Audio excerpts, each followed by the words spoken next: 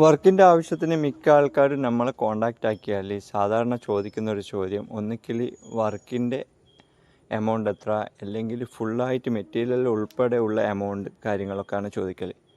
പക്ഷേ ഇന്നലെ എന്നെ ഒരാൾ കോണ്ടാക്ട് ചെയ്തിട്ട് അവർ ചോദിച്ചത് ISIയും ISOയും തമ്മിലുള്ള വ്യത്യാസമാണ്, ഷീറ്റിൻ്റെ മുകളിലുള്ള വ്യത്യാസം.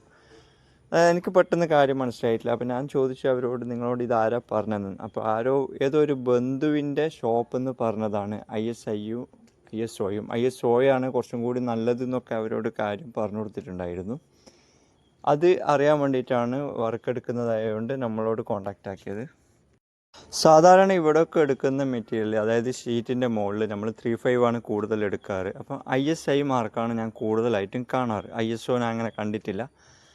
അപ്പോൾ ഇതിനെപ്പറ്റി വലിയൊരു പിടിപാടില്ലാത്തതുകൊണ്ട് ഞാൻ 2-3 ആളോട് വേറെ ചോദിച്ചു. അപ്പോൾ അതിൽ ഒരാൾ എന്നോട് പറഞ്ഞ ഒരു കാര്യം 4/5, അതായത് 3/5 പിന്നെ തിക്നെസ് കൂടിയത് 4/5 ആണ്. ആ 4/5ൻ്റെ മുകളിൽ ISO ആണ് ഉണ്ടാവുക എന്നുള്ളതാണ്. എനിക്ക് അങ്ങനെ വലിയ പിടിയില്ല, എന്നാൽ ഞാൻ മറ്റുള്ളവരോട് ചോദിച്ചൊരു അറിവ് വെച്ചിട്ട് പറയുകയാണ്. ISO എന്ന് പറയുന്നത് 4/5 ആണ്.